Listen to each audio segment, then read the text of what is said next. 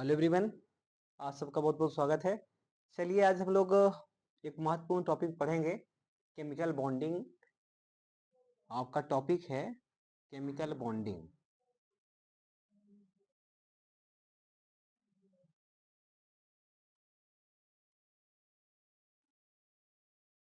आपका टॉपिक है chemical bonding, ठीक है। केमिकल बॉन्डिंग को आप हिंदी में कहते हो रासायनिक आबंधन।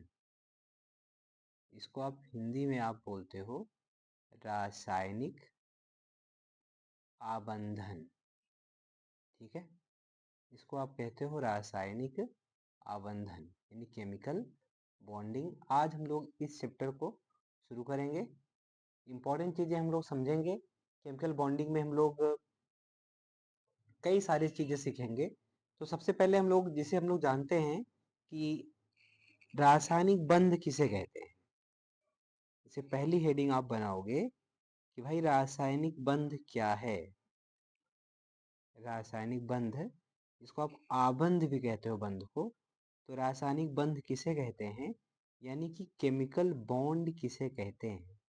केमिकल बॉन्ड क्या है ना, ये बॉन्ड क्या होता है। केमिस्ट्री में जो हम लोग बॉन्ड पढ़ते हैं वो बॉन्ड क्या चीज होती है, आज हम लोग इस चीज को समझेंगे। केमिकल बॉन्ड क्या चीज है, ओके।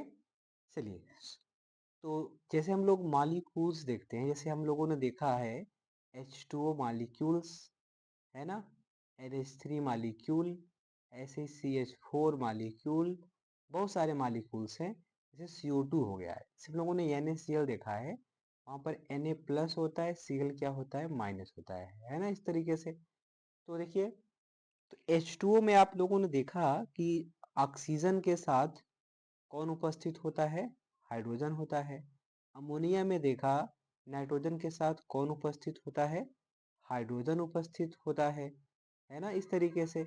CH4 में हम लोग देख रहे हैं कि कार्बन के साथ हाइड्रोजन प्रेजेंट है। यहाँ पर एक कार्बन है, चार क्या लगे हैं, हाइड्रोजन लगे हैं। कार्बन डाइऑक्साइड में carbon double bond O, double bond यानी कि इस तरीके से ऑक्सीजन लगे होते हैं। NaCl में आप देख पा रहे हो कि Na पर पॉजिटिव चार्ज है और Cl पर निगेटिव चार्ज है, और इनके बीच में क्या होता है, इलेक्ट्रोस्टैटिक फोर्स ऑफ अट्रैक्शन यानी कि स्थिर वैद्युत आकर्षण बल। तो आखिर ये रासायनिक बंध क्या है भाई। जैसे हम लोगों ने यहाँ देखा ना, H2O में ऑक्सीजन के साथ दो हाइड्रोजन यहाँ पर क्या हुए हैं, लगे हुए हैं इस तरीके से। तो रासायनिक बंध क्या चीज है, एक तरह का आकर्षण बल है। एक तरह का आकर्षण बल है जो किसी भी मालिक्यूल, जैसे ये मालिक्यूल हमारा H अणु है, किसी भी अणु में परमाणुओं को तो क्या करता है, आपस में बांधे रखता है। यानी ऑक्सीजन से दोनों हाइड्रोजन जो है ये बंधे हुए हैं। तो जो फोर्स इन दोनों हाइड्रोजन को ऑक्सीजन से क्या कर रहा है, बाइंड कर रहा है, बांध रहा है, उसको हम लोग बोलेंगे रासायनिक बंध। ऐसे अमोनिया मालिक्यूल में अगर आप देखो तो नाइट्रोजन से तीन हाइड्रोजन लगे हुए हैं।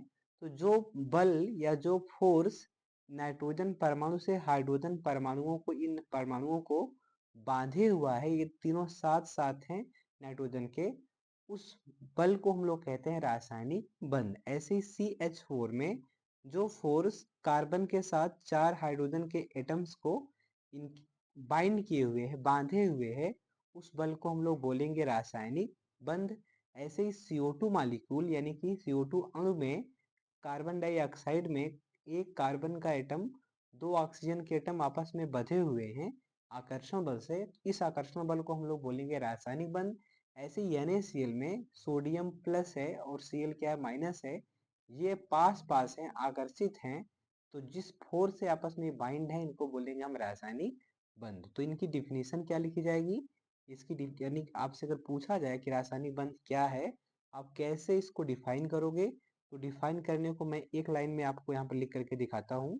ऐसे आप बताएंगे क्या कि रासायनिक बंध यानी केमिकल बॉन्ड, रासायनिक बंध एक प्रकार का आकर्षण बल है। एक प्रकार का आकर्षण बल है। कैसा बल है भाई, आकर्षण बल। यानी कि अट्रैक्शन फोर्स है। अट्रैक्शन फोर्स है, आकर्षण बल है, जिसको हम लोग इंग्लिश में क्या बोलते हैं? Attraction force. क्या कहते हैं? अट्रैक्शन यानी आकर्षण बल। ठीक है, एक तरह का आकर्षण बल होता है, अट्रैक्शन फोर्स होता है। क्या करता है? जो किसी पदार्थ, कोई पदार्थ हो, जो किसी पदार्थ, यानी कि हम लोग चाहे पदार्थ को हम लोग क्या कह सकते हैं? अणु कह सकते हैं, है ना? अणु में दो परमाणुओं को, दो परमाणुओं को आपस में बांधे रखता है। आपस में क्या करेगा? बांधे रखता है।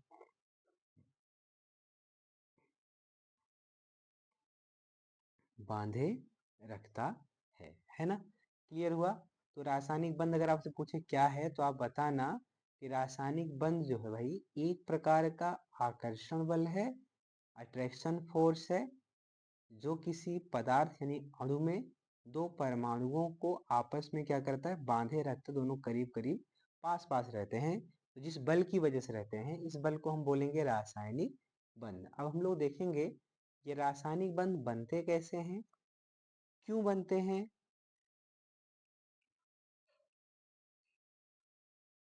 चलिए, उसको समझने से पहले हम लोग एक चीज यहाँ पर समझेंगे। एक चीज क्या? अष्टक संरचना हम लोग समझेंगे। अष्टक संरचना एक छोटा सा टर्म है, अष्टक संरचना। ये अष्टक संरचना क्या है? इसको इंग्लिश में बोलते हैं ऑक्टेट स्ट्रक्चर। क्या कहते हैं? ऑक्टेट स्ट्रक्चर बोलते हैं, अष्टक संरचना बोलते हैं, ऑक्टेट स्ट्रक्चर बोलते हैं। ओके, तो समझते हैं अष्टक संरचना क्या है। हम लोग समझेंगे, कुछ हम लोग अक्रिय गैसों का एग्जांपल लेते हैं, जैसे हीलियम हो गया, नियॉन हो गया, आर्गन हो गया, क्रिप्टान हो गया, जीनॉन हो गया, रेडॉन हो गया, है ना? एटॉमिक नंबर 2 होता है, नियॉन का 10, आर्गन का 18, क्रिप्टान का 36, जीनॉन का 54, रेडॉन का कितना? 86। ये नोबेल गैस हैं, इनको अक्रिय गैसें कहा जाता है। ठीक है, इनका अगर आप एटॉमिक विन्यास करोगे, हीलियम का 1s2 होता है, नियान का मैं बाह्य कोश का कर रहा हूँ तो हो जाएगा 2s2 2p6। आर्गन का आप करोगे भाई 3s2 3p कितना होगा? 6 होगा। क्रिप्टान का कितना होगा? 4s2 4p कितना हो जाएगा? 6 हो जाएगा। जीनान का 5s2 5p 6 हो जाएगा। रेडान का 6s2 6p कितना हो जाएगा? 6 हो जाएगा। ये क्या है? अक्रिय गैसों के बाहरी कोश के इलेक्ट्रॉनिक विन्यास। अगर आप देखो हीलियम को छोड़ करके, हीलियम के बाहरी कोश में मात्र 2 ही इलेक्ट्रॉन है, लेकिन उसको छोड़ के अगर आप सभी की बात करो, चाहे नियान की, आर्गन की, क्रिप्टान की, जेनान की, रेडॉन की, इनके बाहरी कोश में देखो दूसरे, यहाँ यस में 2 इलेक्ट्रॉन है और पी में कितने हैं? 6 हैं। यस में 2 इलेक्ट्रॉन है, पी में 6 हैं। यस में 2, पी में 6 इलेक्ट्रॉन, यहाँ भी यस में 2, पी में 6 इलेक्ट्रॉन, यस में 2, पी में 6। तो ओवरऑल बाह्य कोश में जो 6 और 2 इलेक्ट्रॉन हैं, कुल मिलाकर के कितने इलेक्ट्रॉन इसके पास है? 8 इलेक्ट्रॉन है। तो यानी कि बाहरी कोश में 8 इलेक्ट्रॉन का होना ही क्या कहा जाता है? अष्टक संरचना। क्या कहा जाता है? अष्टक संरचना, ऑक्टेट स्ट्रक्चर कहा जाता है। ठीक है, और ये जो ऑक्टेट स्ट्रक्चर या अष्टक संरचना है, ये बहुत ही स्थायी संरचना है, बहुत ही स्थायी संरचना है। बाहरी कोश में 8 इलेक्ट्रॉन का होना। देखिए, तो कुछ बातें आपको जाननी है। जैसे आप यहाँ पर इलेक्ट्रॉनिक विन्यास से आप देख पा रहे थे कि ये जो अक्रिय गैस हैं, हीलियम को छोड़कर सबके पास बाहरी कोश में क्या होते हैं? 8 इलेक्ट्रॉन होते हैं। और बाहरी कोश में 8 इलेक्ट्रॉन का होना, बाहरी कोश में अगर आप देख रहे हो 8 इलेक्ट्रॉन का होना, अष्टक व्यवस्था कहलाती है। और अष्टक व्यवस्था जो होती है, ये बहुत ही स्थायी व्यवस्था होती है, बहुत ही स्थायी व्यवस्था होती है। जैसे हम लोग इसको इस प्रकार से समझते हैं इसे मान लेते हैं ये नाभिक है एकदम परमाणु के बीचों बीच, ठीक है। और हम मानते हैं कि जो इलेक्ट्रॉन 8 इलेक्ट्रॉन हैं,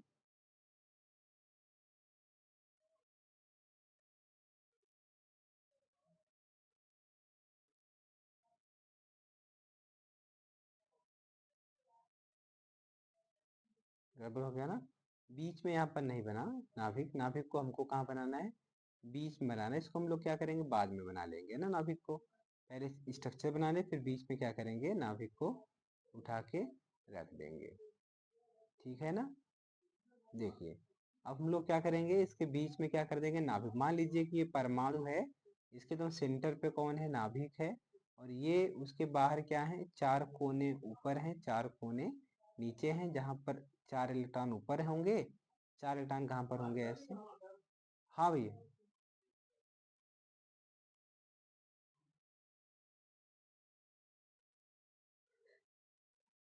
4 इलेक्ट्रॉन होंगे नीचे।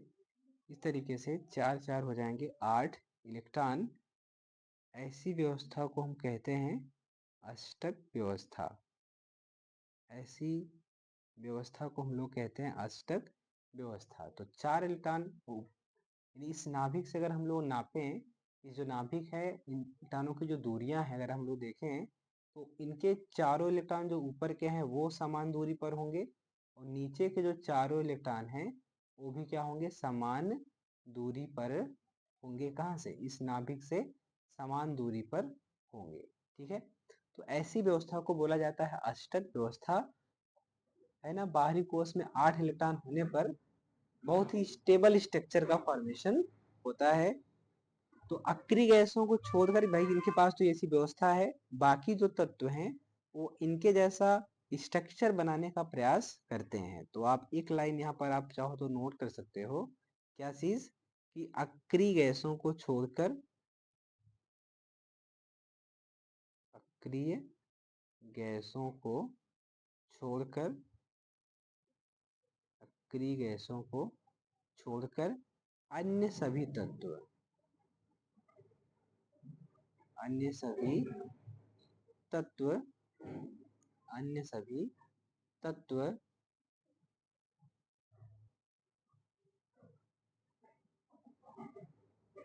अष्टक संरचना बनाने का प्रयास करते हैं, अष्टक संरचना बनाने का प्रयास करते हैं,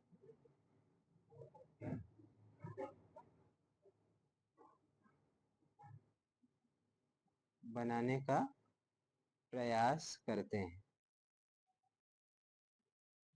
ठीक है। अष्टक संरचना बनाने का प्रयास करते हैं,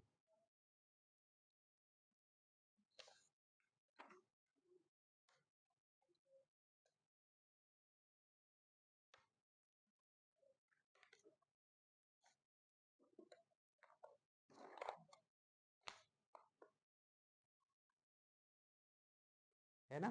क्योंकि अक्रिय गैसों के पास भाई ऐसी व्यवस्था है, तो वो तो नहीं, बाकी बाकी तो तत्व होंगे वो अक्रिय गैसों की संरचना बनाने का प्रयास करते हैं। और फिर क्या करेंगे, तथा तथा अन्य तत्वों, अन्य तत्वों से क्रिया करके,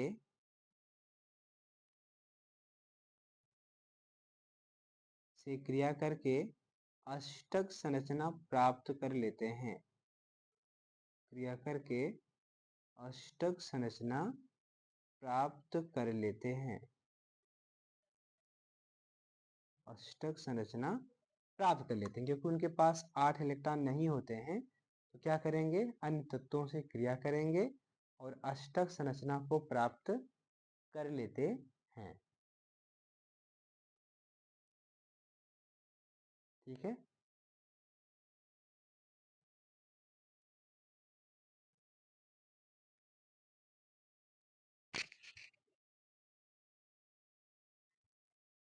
चलिए अब यहाँ पर हम लोग समझते हैं कि संयोजकता क्या चीज होती है। हम लोग वैलेंसी को यहाँ पर समझेंगे। आप हेडिंग बना लो संयोजकता, आप हेडिंग बना लो संयोजकता, ठीक है।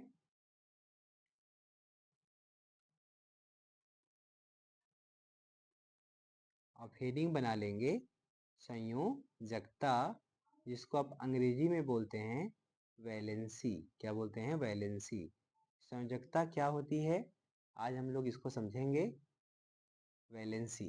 ठीक है, तो संयोजकता का मतलब होता है, एक लाइन में हम लोग देखें तो तत्वों की संयोजन क्षमता।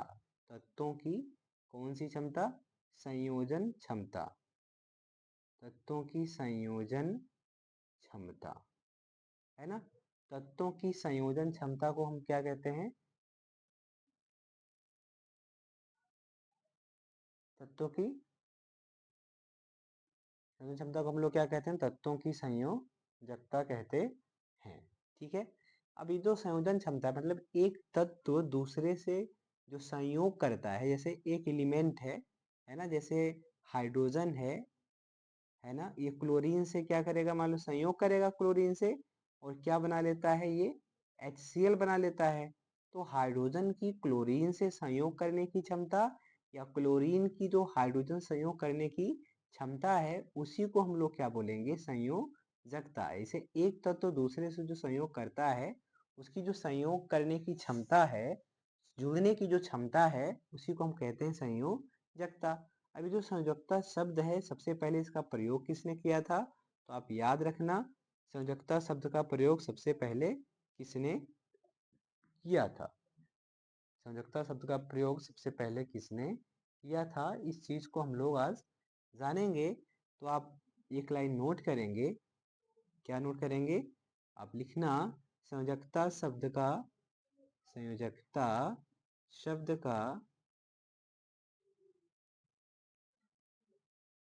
शब्द का प्रयोग, संयोजकता शब्द का प्रयोग सर्वप्रथम, यानी सबसे पहले, सर्वप्रथम फ्रैंक लैंड ने किया था। किसने किया था भाई? फ्रैंक लैंड ने किया था। फ्रैंक लैंड ने किया था। फ्रैंक लैंड ने किया था। ठीक है, फ्रैंक लैंड ने किया था। अब संयोजकता जो शब्द है, ये लैटिन शब्द वैलेंसिया से लिया गया है। कहाँ से लिया गया है? वैलेंसिया से लिया गया है। तो आप ध्यान देना, जो संयोजकता शब्द है ये कहाँ से लिया गया? लैटिन शब्द वैलेंसिया से लिया गया। आप नोट कर लेंगे क्या चीज? संयोजकता, संयोजकता शब्द, संयोजकता मतलब वैलेंसी, संयोजकता मतलब भाई क्या? वैलेंसी। ठीक है, संयोजकता शब्द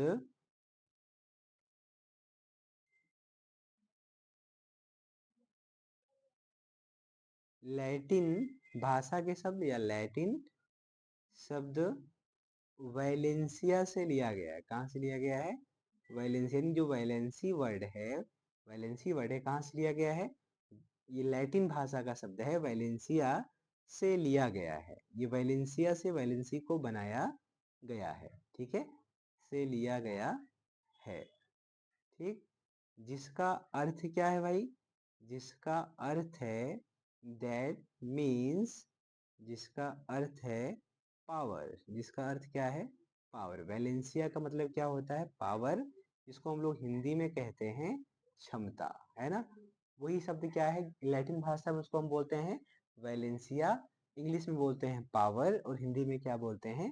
क्षमता। ठीक है, इसका अर्थ क्या होता है? पावर। अब किस चीज की पावर की बात हो रही है? एक तत्व का दूसरे तत्व के साथ जुड़ने की पावर। ठीक है, समझ गए?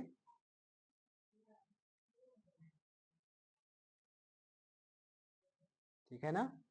चलिए, अब हम लोग यहाँ से समझते हैं, और देखिए पावर आप चाहे बोलो, आप चाहे क्या बोलो, आप कैपेसिटी बोलो, दोनों एक ही बातें हैं। पावर का मतलब भी क्या होता है? क्षमता होती है, और कैपेसिटी का मतलब भी क्या होती है? क्षमता होती है। यानी एक एटम का दूसरे एटम के साथ जो जुड़ने की जो कैपेसिटी है, जुड़ करके आपस में अणु बनाने की जो कैपेसिटी है, उसी को हम लोग क्या कहते हैं? संयोजकता कहते हैं। अब कैसे हम लोग संयोजकता को और डिटेल में समझेंगे? चलिए हम लोग एक छोटी सी हेडिंग बनाते हैं, संयोजकता का इलेक्ट्रॉनिक सिद्धांत। हम लोग इलेक्ट्रॉनों के आधार पर समझेंगे, इलेक्ट्रॉनिक विन्यास के आधार पर समझेंगे कि संयोजकता क्या होती है। तो आप हेडिंग बनाना, संयोजकता का इलेक्ट्रॉनिक सिद्धांत, है ना। हेडिंग आपकी होगी संयोजकता का इलेक्ट्रॉनिक सिद्धांत। संयोजकता का इलेक्ट्रॉनिक सिद्धांत, ठीक है। संयोजकता का इलेक्ट्रॉनिक सिद्धांत क्या है, ठीक है। यानी आप कह सकते हो इलेक्ट्रॉनिक थ्योरी,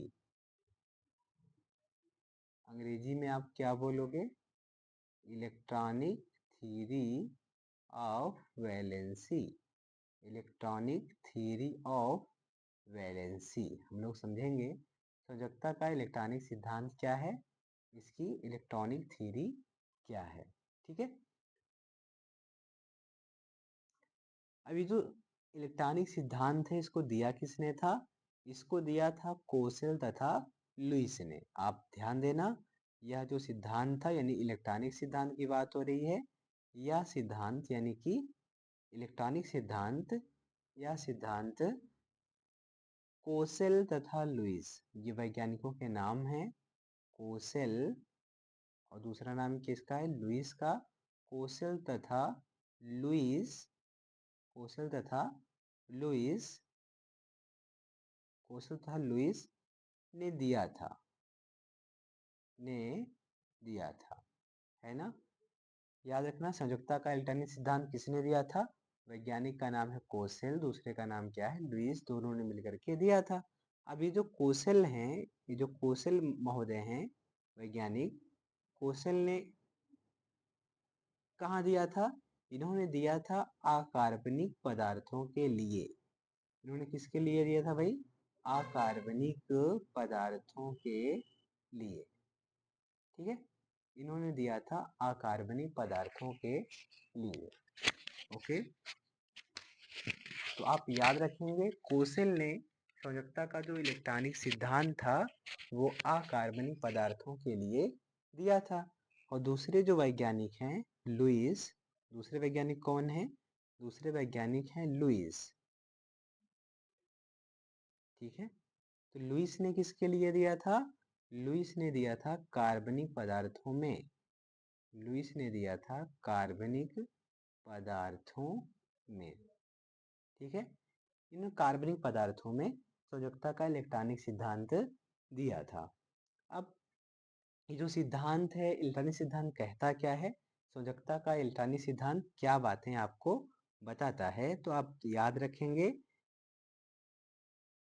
क्या चीज, ये जो सिद्धांत है, इस सिद्धांत के अनुसार, इस सिद्धांत के अनुसार, इस थ्योरी के अनुसार, यानी इलेक्ट्रॉनिक सिद्धांत की बात हो रही है, इस सिद्धांत के अनुसार किसी तत्व की संयोजकता, कोई भी तत्व है, किसी की भी बात हो रही है, किसी तत्व की संयोजकता, सिद्धांत आपको बताता है कि किसी भी तत्व की संयोजकता उस तत्व के, उस तत्व के बाहरी कोश में उपस्थित, उस तत्व के बाहरी कोश यानी कि आउटर मोस्ट ऑर्बिट, बाहरी कोश में उपस्थित,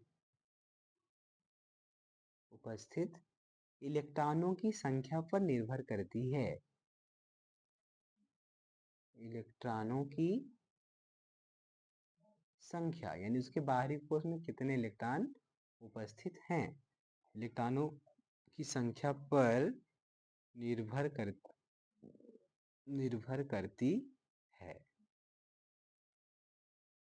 निर्भर करती है।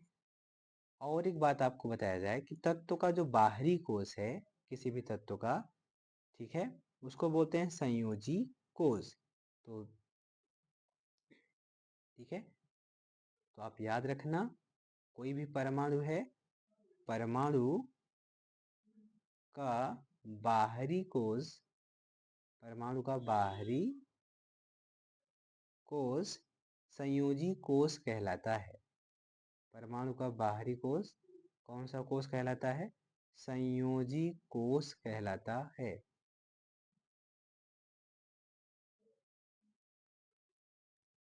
परमाणु का बाहरी कोश संयोजी कोश कहलाता है। तथा जो बाहरी कोश के इलेक्ट्रॉन होते हैं उन्हें क्या कहते हैं? संयोजी इलेक्ट्रॉन। तथा बाहरी कोश के इलेक्ट्रॉन, बाहरी कोश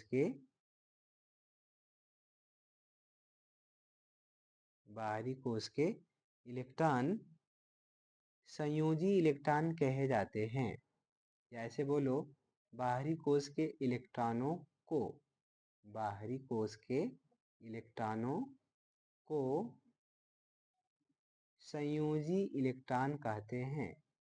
तो संयोजी इलेक्ट्रॉन कहते हैं।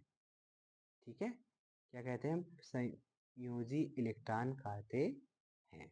ठीक है, अब अगर किसी परमाणु के बाहरी कोश में इलेक्ट्रॉनों की संख्या कितनी है, 1 है या 2 है या 3 है या 4 है, तब उनकी संयोजकता भी कितनी होती है?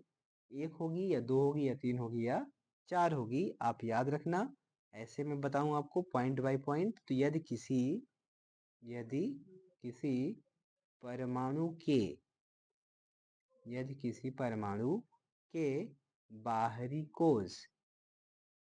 परमाणु के बाहरी कोश में इलेक्ट्रॉनों की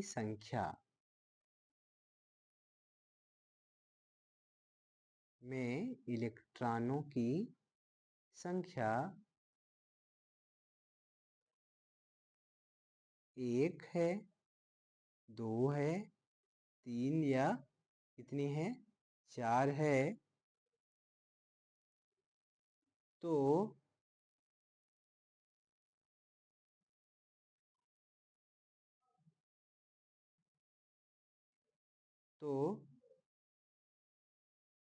या ऐसे मैं बोलूं आपसे, ठीक है, तब उनकी संयोजकता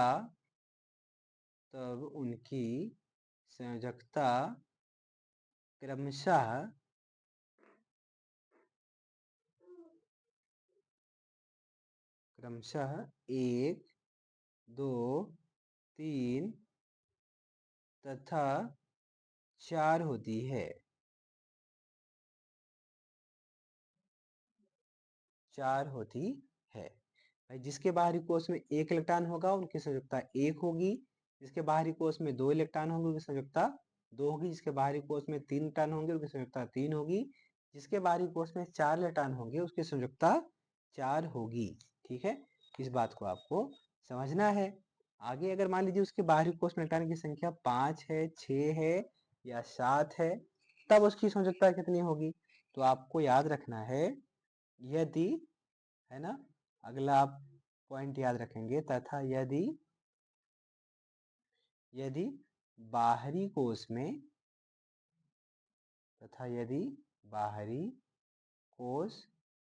में इलेक्ट्रॉनों की संख्या, बाहरी कोश में इलेक्ट्रॉनों की संख्या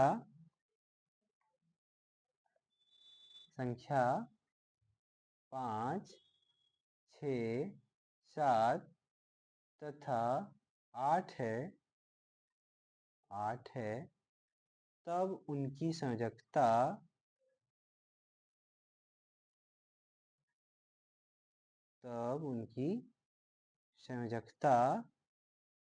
8 n होती है। कितनी होगी संयोजकता? 8 n होती है। ठीक है, अब n यहाँ पर क्या है? जहाँ n इक्वल टू बाहरी कोश में इलेक्ट्रॉन की संख्या, जहाँ n इक्वल टू बाहरी कोश में इसकी संख्या, इलेक्ट्रॉन की संख्या। ठीक है, कुछ एग्जाम्पल लेते हैं। जैसे सोडियम का एग्जाम्पल लेते हैं, मैग्नीशियम का लेते हैं, एल्यूमिनियम का लेते हैं, सिलिकॉन का एग्जाम्पल लेते हैं, फिर हम लोग फास्फोरस का एग्जाम्पल लेंगे, सल्फर का लेंगे, क्लोरीन का लेंगे और ऑर्गन का एग्जाम्पल लेंगे। तो सोडियम के बाहरी कोश में जो इलेक्ट्रॉनों की संख्या है वो कितनी है? 1 है। अगर मैं ऐसे यहाँ पर ऐसे बना दिया जाए इस तरीके से, ये हमारे पास क्या है, ये तत्व हैं, ठीक है। और ये बाहरी कोश में उपस्थित इलेक्ट्रॉन की संख्या, ठीक है। बाहरी कोश में इलेक्ट्रॉन की संख्या है। और तीसरा हमको क्या बताना है? उनकी संयोजकता के बारे में, ठीक है। अगला यहाँ पर हम लोग देखेंगे, ये हमारा हो गया तत्व, और ये हमको बताना है इलेक्ट्रॉन की संख्या। हमको क्या बतानी है? इलेक्ट्रॉन की संख्या। बाहरी कोश में कितने इलेक्ट्रॉन है? किसमें? बाहरी कोश में। और फिर हमको बताना है उनकी संयोजकता। उनकी क्या बतानी? संयोजकता। अच्छा समझिए। तो बाहरी कोश में सोडियम के कितने इलेक्ट्रॉन होते हैं? आपने किया था विन्यास, तो कितना? 1 आया था। मैग्नीशियम के बाहरी कोश में 2 इलेक्ट्रॉन थे, एल्युमिनियम के 3 थे, सिलिकॉन के 4 थे। तो आपको बताया गया अगर तत्व के बाहरी कोश में इलेक्ट्रॉन की संख्या 1 है तब उसकी संयोजकता भी कितनी होगी? 1 होगी। 2 इलेक्ट्रॉन है तो उसकी संयोजकता भी 2 होगी। 3 इलेक्ट्रॉन होगा बाहरी कोश, संयोजकता भी 3 होगी। 4 इलेक्ट्रॉन होगा, संयोजकता कितनी होगी? 4 होगी, है ना। अगर 5 इलेक्ट्रॉन देखो इसमें फास्फोरस के पास है, सल्फर के पास 6, क्लोरीन के पास, ये क्लोरीन है, Cl है, इसके पास कितने होंगे? 7 इलेक्ट्रॉन। इसके आर्गन के पास कितने? 8 इलेक्ट्रॉन। तो उस टाइम संयोजकता कितनी होती है भाई? 8 माइनस n होती है, जहां 8 तो 8 गिनती है, n क्या है? बाहरी कोश में उपस्थित इलेक्ट्रॉनों की संख्या। तो आपने 8 में से कितना घटा दिया? 5 घटा दिया। उत्तर कितना आ गया? 3। यहाँ 8 में से कितना घटा देंगे? 6 घटा देंगे, कितना आ जाएगा? 2। यहाँ 8 में से घटा देंगे 7, उत्तर कितना आ जाएगा? उत्तर आपका आ जाएगा 1। यहाँ 8 में से आप 8 घटा दोगे, उत्तर कितना आ जाएगा? 0। इस प्रकार हम लोग क्या करेंगे? इनकी संयोजकता को इलेक्ट्रॉनिक सिद्धांत के आधार पर बता लेंगे, ठीक है। क्लियर हुआ? चलिए आगे बढ़ते हैं। अब जो कोई भी एलिमेंट है, अब वो अपना स्टक बनाएगा कैसे? कैसे अपने बाहरी कोश में 8 इलेक्ट्रॉनों को वो रखेगा, ठीक है। तो आपको यहाँ पर कुछ बातें याद रखनी है, ठीक। जैसे मैं आप बता रहा हूँ, कोई भी तत्व नोबेल गैस के जैसा बनने के लिए, नोबेल गैस मतलब अक्री गैस, नोबेल गैस का मतलब अक्री गैस, ठीक है। अक्री गैस की संरचना प्राप्त करने के लिए या उसके जैसा बनने के लिए, की संरचना प्राप्त करने के लिए,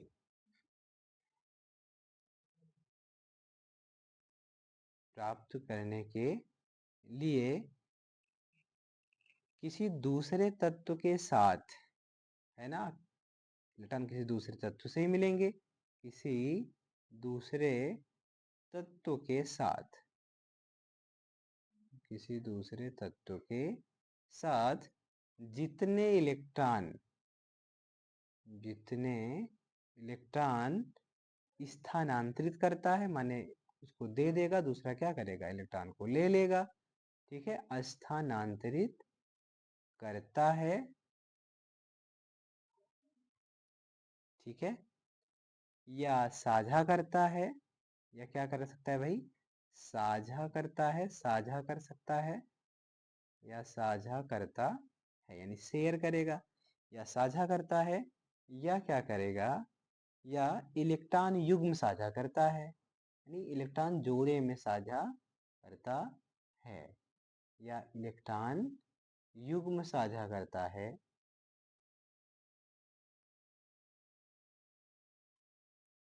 या इलेक्ट्रॉन युग्म साझा करता है। उन इलेक्ट्रॉनों की संख्या, उन इलेक्ट्रॉनों की संख्या इलेक्ट्रॉनों की संख्या उसकी संयोजकता कहलाती है। उसकी संयोजकता कहलाती है। क्लियर है? आपको क्या बताया गया कि कोई भी तत्व यानी नोबेल गैस, अक्रिय गैस की संरचना प्राप्त करने के लिए उस किसी दूसरे तत्व के साथ जितने इलेक्ट्रॉन क्या करेगा, स्थानांतरित करेगा, यानी दे देगा या इलेक्ट्रॉन को ले लेगा, या क्या करता है, या साझा करता है, या इलेक्ट्रॉन युग्म साझा करता है, उन इलेक्ट्रॉनों की संख्या उसकी संयोजकता कहलाती है। ठीक है, आगे बढ़ें। चलिए हम लोग अब समझेंगे। कॉलम बना लेंगे ऐसे। हम लोग एक तरफ लिख लेंगे तत्व, एक तरफ लिख लेंगे उनका इलेक्ट्रॉनिक विन्यास तत्व, और एक तरफ हम लोग लिख लेंगे इलेक्ट्रॉनिक विन्यास लिख लेंगे। ठीक है, और फिर हम लोग बताएंगे तत्व की संयोजकता। ठीक है, वैलेंसी तत्व जैसे मैंने ले लिया, हाइड्रोजन ले लिया, मैंने हीलियम ले लिया, लिथियम ले लिया, बेरिलियम ले लिया, boron, carbon, nitrogen, oxygen, fluorine, neon. ठीक है, इनके इलेक्ट्रॉनिक, इनका परमाणु क्रमांक 1 है, 2 है, 3 है, 4 है, 5, 6, 7, 8, 9, 10 है ना। तो हमने 10 तक के तत्वों का इलेक्ट्रॉनिक विन्यास लिख दिया है। ये 10 तक के तत्व हैं। अभी हमने इनके परमाणु क्रमांक लिखे हैं, अब इनका इलेक्ट्रॉनिक विन्यास देखा जाएगा। इनका इलेक्ट्रॉनिक विन्यास क्या होता है, देखिए। हाइड्रोजन का होता है 1s1, हीलियम का होता है 1s2, लिथियम का होता है 1s2 2s1, बेरिलियम का होगा 1s2 2s2, बोरान का क्या होगा 1s2 2s2 2p1, कार्बन का होगा 1s2 2s2 2p2। ठीक है, नाइट्रोजन का कितना होगा 1s2 2s2 2p3, ऑक्सीजन का कितना होगा 1s2 2s2 2p4, फ्लोरीन का कितना होगा 1s2 2s2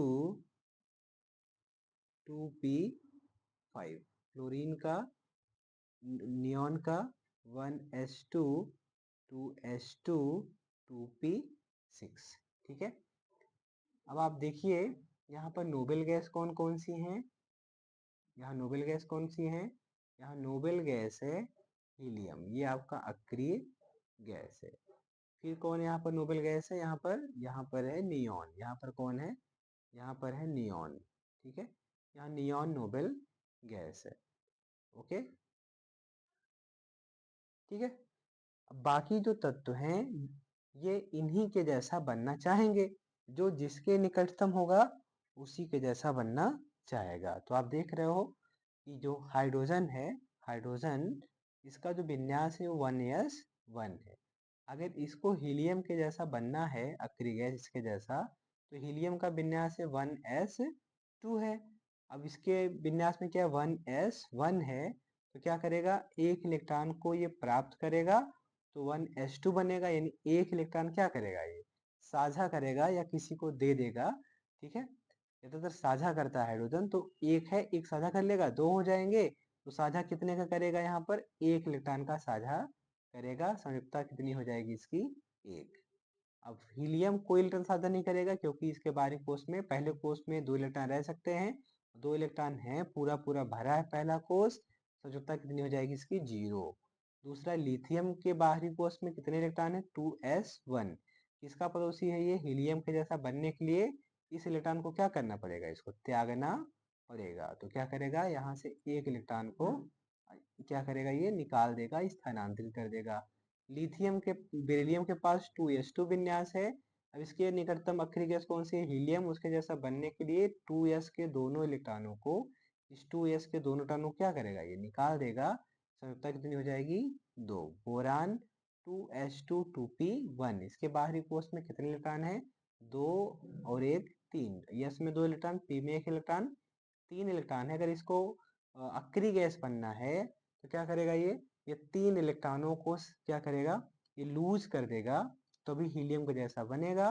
तो संयुक्ता कितनी हो जाएगी इसकी, 3, जो कि इसमें 3 इलेक्ट्रॉनों को लूज करने की क्षमता है। कार्बन का देखिए, कार्बन का विन्यास है लास्ट में दूसरे बाहरी कोष में 2s2 2p2 है ना। इसको अगर बनना है क्या, नोबेल गैस, तो देखिए नियॉन का विन्यास कितना है, 2p6 है, इसका 2p2 है। तो नियॉन के जैसा बनने के लिए क्या करेगा, ये 4 इलेक्ट्रॉनों को लेगा, इससे हो जाएंगे बाहरी कोष में 8 इलेक्ट्रॉन और बन जाएगा 2p6। तो इसके पास होगा 4 इलेक्ट्रॉन का, क्या करेगा, साझा करता है। कार्बन ना तो इलेक्ट्रॉन को लूज करता है ना तो गेन करता है, क्या बनाता है, ये 4 का साझा करता है। साझा करने के अपनी संयोजकता को कितना कर लेता है, ये 4 कर लेता है। अब नाइट्रोजन की बात की जाए, नाइट्रोजन के बाहरी कोष में 2 इलेक्ट्रॉन 2s में है, 3 इलेक्ट्रॉन कहाँ पर है, 2p में है। तो 3 2 5 इलेक्ट्रॉन है, अष्टक पूरा करना है, नियॉन के जैसा बनना है, तो 2p3 से कितना बन जाएगा, 2p6 बनेगा। तो 3 इलेक्ट्रॉन की जरूरत और होगी, ठीक है। ऐसे ही आपका फ्लोरीन है, इसके पास 2p4 है, नियॉन के जैसा 2p6 बनना है, तो 2 इलेक्ट्रॉन क्या करेगा, गेन करेगा और ये बना लेगा, इसकी संयोजकता 2 हो जाएगी। फ्लोरीन का 2p5 है, 1 इलेक्ट्रॉन और मिल जाएगा तो बन जाएगा 2p6। एक इलेक्ट्रॉन को क्या करेगा, प्राप्त करके अक्रिय गैस नियॉन के जैसा बन जाएगा।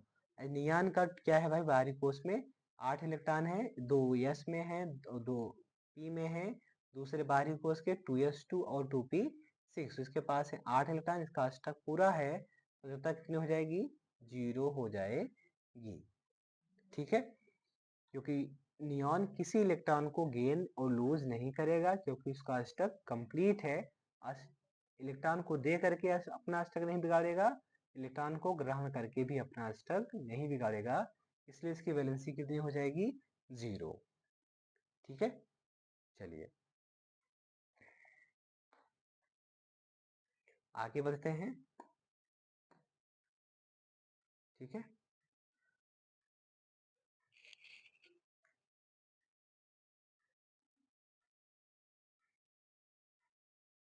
आगे हम लोग चलते हैं किसकी तरफ, आगे हम लोग चलते हैं सोडियम की तरफ। तो उसके बाद नियॉन के बाद सोडियम आता है, sodium, magnesium, aluminium, silicon, phosphorus, sulphur, chlorine, argon. परमाणु क्रमांक सोडियम का कितना, 11, मैग्नीशियम का 12, एल्युमिनियम का 13, सिलिकॉन का 14, फास्फोरस का 15, सल्फर 16, क्लोरीन 17, आर्गन 18, ठीक है। समझ गए ना। इलेक्ट्रॉनिक विन्यास किया जाए सोडियम का तो कितना होता है, 1s2 2s2 2p6 3s1। Magnesium का 1s2 2s2 2p6 3s2 है ना, ये इसको जाएगा मैग्नीशियम का इलेक्ट्रॉनिक विन्यास। एल्युमिनियम का 13 है, 1s2 2s2 2p6 3s2 और फिर 3p1। सिलिकॉन का 1s2 2s2 2p6 3s2 3p कितना हो जाएगा, 2। फास्फोरस का 1s2 2s2 2p6 3s2 3p3। Sulphur का 1s2 2s2 2p6 3s2 3p4। Chlorine का विन्यास 1s2 2s2 2p6 3s2 3p कितना, 5। आर्गन का विन्यास 1s2 2s2 2p6 3s2 3p कितना 6 है ना। तो अगर आप देखें तो नियॉन के बाहरी कोष क्या है 3s1 है। अगर इसको बनना है अपने निकटतम गैस किसके जैसा नियॉन के जैसा बनना है। अगर इसको नियॉन के जैसा बनना है तो नियॉन के बाहरी कोष में कितने इलेक्ट्रॉन हैं। नियॉन के बाहरी कोष में है 2p6 विन्यास है 2p6 विन्यास है इसका। तो अगर इसको सोडियम को 2p6 जैसा बनना है यानी बाहरी कोष में ये 2 और ये 6 8 इलेक्ट्रॉन रखने हैं तो 3s का इलेक्ट्रॉन निकालना पड़ेगा। तो इसकी वैलेंसी कितनी हो जाएगी एक इलेक्ट्रॉन को स्थानांतरित करेगा वैलेंसी हो जाएगी 1। मैग्नीशियम को क्या करना पड़ेगा 3s के दोनों इलेक्ट्रॉन निकालने पड़ेंगे 2 इलेक्ट्रॉन लूज करेगा आखिरी गैस जैसा बनने के लिए वैलेंसी 2। और एल्युमिनियम क्या करेगा 3 इलेक्ट्रॉन को लूज करेगा 2 s का 1 p का तो इसकी संयोजकता हो जाएगी कितनी 3 हो जाएगी। सिलिकॉन के को दोनों के बीच में है चाहे 4 गेन करे चाहे 4 लूज करे यानी इसके पास 2p2 विन्यास है तो ये क्या करेगा 4 और गेन करेगा तो 2p कितना हो जाएगा 6 हो जाएगा। फास्फोरस का 3p3 है ये 2 और ले लेगा 3 तो कितना हो जाएगा 3p6 हो जाएगा। आर्गन के जैसा सल्फर 2 इलेक्ट्रॉनों को लेगा और बन जाएगा आर्गन के जैसा। क्लोरीन 1 इलेक्ट्रॉन को लेगा ये हो जाएगा आर्गन के जैसा और आर्गन की वैलेंसी कितनी हो जाएगी 0 हो जाएगी। ठीक है तो अपने निकटतम अक्रिय गैस के जैसा बनने के लिए कोई तत्व जितने इलेक्ट्रॉन को क्या करता है स्थानांतरित करेगा यानी लूज या गेन करेगा या साझा करेगा या इलेक्ट्रॉन युग्म साझा करेगा वो उसकी संयोजकता कहलाती है। ठीक है इस तरीके से आपने देखा हाइड्रोजन की संयोजकता 1 हीलियम की कोई 0 लिथियम की 1 बेरिलियम की 2 बोरान का 3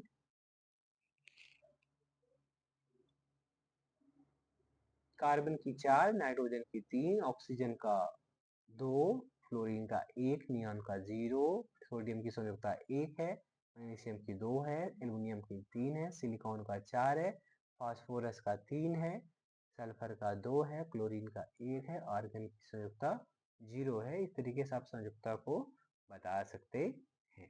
ठीक है तो चलिए आज की वीडियो हम लोग इतना समझे और हमें यकीन है कि आपको ये सारी बातें समझ आएंगी। ठीक है इसको आराम से एक दोबारा आप रिवाइज कर लेंगे सारी बातें आपको स्पष्ट हो जाएंगी। चलिए फिर मिलते हैं नेक्स्ट वीडियो में। Thank you.